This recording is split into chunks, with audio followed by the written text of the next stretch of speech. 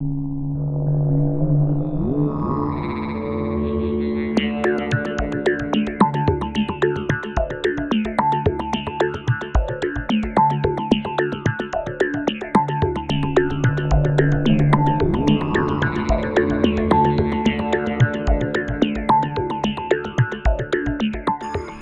से ख़जाने की खोज करने वाले या एक रोमांचक ज़िंदगी चाहने वाले लोगों ने अपनी जान बेहद रहस्यमय तरीके से गंवा दी, महज कुछ पुराने गोल्ड की खोज में, जो कि सेंट्रल एरिज़ोना के पहाड़ों में कहीं ना कहीं छुपा है।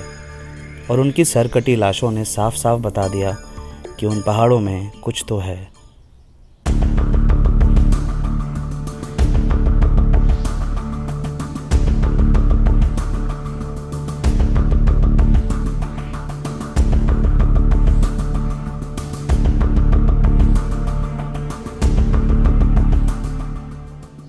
ये उस वक्त एरिज़ोना के सबसे गर्म महीनों में से एक था। जनरली अप्रैल से गर्मी शुरू हो जाती थी, लेकिन ये 1958 का अप्रैल कुछ ज़्यादा ही गर्म था। बेंजामिन क्रूज़ पहाड़ों की पगडंडियों से धीरे धीरे आगे बढ़ते हुए इस शदीद गर्मी में बारिश की दुआ कर रहे थे। आगे दूर दूर तक कोई साया या कोई पेड़ नहीं था और सूरज बिल्कुल सर पर था और उसकी रोशनी आंखों को आधी खोलने पर मजबूर कर रही थी। और पिनाल काउंटी के शेरिफ ने अपनी पुलिस वैन में ही रुकना बेहतर समझा और क्रूज़ को आगे जाने दिया। ये दोनों वहाँ कुछ हाइकर्स के इमरजेंसी कॉल पर आए थे। थोड़ी ही देर में क्रूज़ को दो जवान कपल्स दिखे जिन्होंने पुलिस कंप्लेन की थी। क्रूज़ उन दोनों के पीछे चल पड़े। पहाड़ों की चढ़ाई और गर्मी की तपिश ने क्रूज़ को बेहद थका दिया था। इससे पहले भी क्रूज़ जवान लड़के लड़कियों के कंप्लेन पर यहाँ आ चुके थे, लेकिन कुछ छोटी मोटी चीज़ के अलावा कुछ हासिल नहीं हो पाया था। उन्हें लग रहा था कि ये यूथ्स ख़जाने के खोज के लालच में पहाड़ों पर आ जाते हैं और बाद में उन्हें पुलिस की मदद चाहिए होती है। ये सब कुछ वो दिल में सोचते हुए आगे बढ़ रहे थे कि वो उस जगह पहुंच गए जहां के लिए कंप्लेन आई थी। वहां पर एक कैंप साइट था, जैसे कि वहां कुछ लोग बैठे होंगे। क्रूज़ ने अपनी पेंसिल एंड नोटबुक निकाली और वहां के हालात को लिखने लगे। उन्होंने देखा कि वहां पर लोहे के छोटे छोटे टुकड़े ज़मीन पर फैले हुए हैं और बंदूक साफ़ करने वाली किट वहीं नीचे ज़मीन पर पड़ी थी। बंदूक की गोलियों की खाली शेल भी मिली, लेकिन बंदूक का कुछ पता नहीं चला और इसी बात से क्रूज़ थोड़ा परेशान हो गए। पिछले कुछ दिनों से इन्हीं पहाड़ों से धूल और मिट्टी के अलावा कुछ भयानक लाशें भी मिली थी और इस तरह से बंदूक की चीज़ें मिलना और इंसान और बंदूक का गायब होना एक चिंता की बात थी। वहाँ ज़मीन पर गहरे दाग भी थे, जैसे कोई भारी चीज़ को घसीटा गया हो, और कुछ खाने के पैकेट्स भी इधर उधर बिखरे हुए थे। वहाँ पर क्रूज़ को गेगर काउंटर भी मिला, जिससे रेडिएशन के लेवल का पता किया जाता है, लेकिन इससे क्रूज़ को प्रॉब्लम नहीं थी। प्रॉब्लम उनको आगे पड़ी झाड़ियों में मिलिट्री के स्लीपिंग बैग मिलने से हुई। वो धीरे से उस स्लीपिंग बैग की तरफ बढ़े और देखा कि उसके अंदर का हिस्सा गहरे लाल रंग के खून से भरा हुआ था। आर्मी के स्लीपिंग बैग पर उसके ओनर की पूरी डिटेल लिखी होती है। उसी को ढूंढने के लिए क्रूज़ थोड़ा आगे झुके तो नाम और डिटेल की जगह फटी हुई थी। तो ये देख के क्रूज़ ने जल्दी से अपने साथी डोनाल्डसन को वायरलेस पर सूचना दी और ज़्यादा टीम भेजने की मांग की। क्रूज़ वहाँ पास में एक पत्थर पर बैठ के टीम का वेट करने लगे और एक सिगरेट जलाई, और वो सोचने लगे कि शायद इस कैंप में बैठे किसी इंसान की मौत हो गई है और उसी का खून स्लीपिंग बैग में लगा हुआ है। और शायद क्रूज़ अंदर से ये उम्मीद कर रहे थे कि इस बार उन्हें सरकटी लाश देखने को ना मिले। एरिज़ोना के इस बड़े पहाड़ी जगह पर बहुत सारे अंधविश्वास की बातें मशहूर हैं। लोगों का कहना था कि इस पहाड़ को नरक का दरवाज़ा भी कहते हैं, जहाँ बुरी आत्माओं का बसेरा है, और इसलिए यहाँ जो भी आता है या तो मारा जाता है या गायब हो जाता है। इसलिए कुछ गांव वाले इस पहाड़ की पूजा भी करते थे, क्योंकि वो डरते थे कि इसका बुरा असर इन पर ना हो जाए। और ये सारी बातें 1540 से लोगों के बीच मशहूर हुई, जब वहाँ ख़जाने के लालच में बाहर से स्पेन के योद्धा आने लगे। स्पेनिश आर्मी ने एरिज़ोना के पहाड़ के आसपास अपना डेरा जमाने की कोशिश की, लेकिन वहाँ के लोकल अपाचीज़ से उनका डायरेक्ट सामना हो गया और अपाचीज़ ने उन्हें खुली चेतावनी दी कि वे वहाँ से चले जाएं। अपाचीज़ किसी भी इंसान को उनके थंडर ऑफ गॉड के पहाड़ के पास बसने की इजाज़त नहीं दे सकते थे। फिर स्पेनिश ने अपाचीज़ को मना लिया कि अगर वो लोग चाहें तो सोना निकालने में उनकी मदद कर सकते हैं, क्योंकि स्पेनिश के पास अपाचीज़ से ज़्यादा तकनीकी साधन थे। वहाँ से बहुत सारा सोना पाया गया, लेकिन सोना निकालने वाला प्रोसेस बहुत महंगा था। कुछ ही दिनों में सोने के खान के अंदर से सिपाहियों की कटी फटी लाशें मिलना शुरू हो गईं। उन लाशों का ये हाल था कि उनकी पहचान उनकी बंदूकों से हुई, और ये हाल उन्होंने ही किया जो शायद ख़जाने का पहरा दे रहे हों। इस घटना के बाद स्पेनिश ने उस जगह को छोड़ देने का फैसला कर लिया, लेकिन सोने की लालच की वजह से ये फैसला सभी को पसंद नहीं आया। आने वाले समय में ऐसी बहुत सी दिल धड़का देने वाली घटनाओं का सामना वहाँ के लोगों ने किया, जो कि खजानों की खोज में उस अंधविश्वासी पहाड़ पर चले जाते थे, और बहुत कम लोगों को उस खजाने का फ़ायदा मिल पाया। लेकिन 1840 में उस पहाड़ में एक परमानेंट खदान खोदने का काम शुरू किया गया।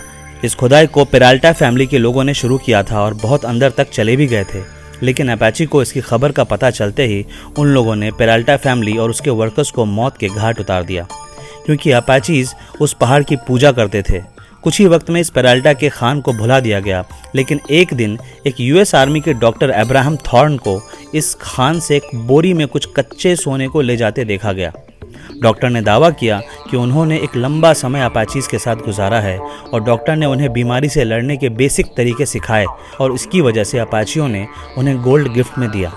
डॉक्टर ने बताया कि अपाचीज ने उनकी आंखों में पट्टी बांध के सोने के खान में जाने दिया और कहा कि जितना सोना चाहिए वो वहाँ से ले लें। इस घटना के 30 सालों के बाद 1870 में एक वीरान पड़े हुए सोने के खदान को एक जर्मन जैकब वॉल्ड्स ने फिर से ढूंढा। जैकब ने बाकियों को इसका लोकेशन बताने से इनकार कर दिया और खुद अकेले उस खजान में जाकर वहां से भर भर के सोना लेके आते थे। रिकॉर्ड से यह भी पता चला कि जैकब ने तकरीबन $2,50,000 के सोने को यूएस मिंट के हाथों बेच दिया और 1891 में उनकी मौत निमोनिया की वजह से हो गई। जैकब की मौत के बाद इस खदान का नाम डचमैन माइन रख दिया गया। बाकी बहुत लोग आए गए इस पहाड़ पर खजाने की लालच में, लेकिन सब खाली हाथ लौट गए। धीरे धीरे ये खजाने की लालच एक गांव से निकलकर पूरे देश के लिए बन गई। अब इस खजाने की खबर सारी दुनिया को लग चुकी थी और उसे पाने की एक होड़ लगी हुई थी। 1896 में एक और मौत की खबर आई। एलिशा रेविस, एक फॉरेनर जो कि कैलिफोर्निया से आया था, उसने पहाड़ों पर एक छोटा सा केबिन तैयार किया और वहीं रहने लगे और रोज़ खजाने की तलाश में बाहर जाया करते थे। उसकी दाढ़ी मूछें बहुत बड़ी हो गई थी और वो एकदम पतला दुबला सा था और अपाचीज ने जब इसे वहाँ देखा तो इसे कमज़ोर मान के जाने दिया। लेकिन एक दिन इसकी लाश इसके केबिन से कुछ दूरी पर मिली। इसके सर को काटकर एक पत्थर पर रख दिया गया था और उसका बदन उस पत्थर के नीचे पड़ा हुआ था। इसके बाद एक बेहद रोमांचक आदमी एडोल्फ रूथ भी इस डचमैन खान को ढूंढने के लिए 1931 के आसपास निकले और साथ ही उन्होंने हर ज़रूरी सामान अपने साथ ले लिया। लेकिन इस बीहड़ ने उन्हें निगल लिया और आज तक उनका कुछ पता नहीं चल सका। कुछ महीनों के बाद सर्च पार्टी जो एडोल्फ के परिवार ने हायर की थी, उनको एडोल्फ की खोपड़ी मिली। उनके मौत की वजह उनके सर में घुसी हुई 2 बड़ी गोलियां थी और बाकी का शरीर कुछ मील दूर मिला और उनकी पहचान उनके पैर में लगे हुए लोहे के रॉड से हुई जो कुछ साल पहले लगाई गई थी। लोगों ने कहा कि शायद एडोल्फ ने खुद को गोली मार ली होगी जब वो अपने मकसद में हार गए होंगे, वो भी अपने सर पर। लेकिन परिवार वालों को ये बात समझ में नहीं आई कि कोई इंसान सुसाइड के लिए 2 गोलियां क्यों चलाएगा, वो भी अपने सर पर, और वहां से कोई गन भी नहीं मिली थी। जेम्स कार्वे की मौत सबसे ज्यादा डिस्टर्बिंग थी। जब जुलाई 1947 में वो हेलीकॉप्टर के थ्रू पहाड़ों के सबसे ऊपर पहुंच चुके थे और उनके पास 2 हफ्तों के आसपास का राशन भी था। लेकिन जब हेलीकॉप्टर 2 हफ्तों के बाद उन्हें उसी पॉइंट पर लेने पहुंचा तो उनका राशन वहीं बिना टच किए हुए पड़ा हुआ था और उनका कोई नामो निशान नहीं था। तो पायलट और उनके साथी ने लोकल पुलिस को खबर किया। एक सर्च पार्टी अरेंज की गई और ट्रेंड कुत्ते भी इनमें शामिल थे। इसके बावजूद भी उन लोगों को कुछ भी नहीं मिल सका। लेकिन फिर फरवरी में कुछ हाइकर्स ने कंबल में लपेटी हुई लाश देखी और पुलिस को इन्फॉर्म किया और पता चला कि ये शरीर के सड़े हुए हिस्से जेम्स के हैं जो कंबल से लपेट दिए गए थे और एक रस्सी से बांध के पहाड़ के एक चट्टान से लटका दिए गए थे। और फिर से उस लाश में सिर गायब था। जेम्स की सारी ज़रूरी चीज़ें जो उनके जेब में थी वो सब पास के एक पत्थर पर रख दिया गया था और उसके ऊपर एक छोटा कंकड़ रख दिया गया था जो कि उन कागजात को हवा में उड़ने से रोक सके। मौत का यह तांडव चलता रहा यहाँ तक कि 2009 में 35 साल के कोलोराडो के निवासी की लाश मिली जिसका नाम जेस कैपेन था। इन्होंने इससे पहले भी एरिज़ोना के इस पहाड़ का बहुत बार दौरा भी किया था और इनको खजाने की खोज से बेहद दिलचस्पी थी और 2009 में जब ये खजाने की खोज में निकले तो कभी वापस नहीं आ सके। ढूंढने के बाद इनकी कार एक जंगल के इलाके में मिली और उसके अंदर जेस का फ़ोन और वॉलेट दोनों था। 3 सालों के बाद जेस की लाश चट्टान के एक दरार के अंदर मिली जिसमें घुसना ऊपर से नामुमकिन था। आसपास के चीज़ों से ये नहीं पता लगाया जा सका कि आखिर इसके अंदर इनकी लाश कैसे पहुंची। एक और अजीब वाकया पेश आया जब लोगों ने बताया कि इस पहाड़ के ऊपर एक अजीब सी रोशनी देखी गई और बड़े बड़े कंकाल इस पहाड़ के ऊपर चलते हुए दिखाई दिए गए। जिनके हाथों में लैंटर्न था और वो कुछ ढूंढ रहे थे। इन सब के अलावा भी ऐसे हजारों कहानियां हैं जिसमें लोगों ने अपनी जान से हाथ धो दिया इस खजाने को ढूंढने के चक्कर में।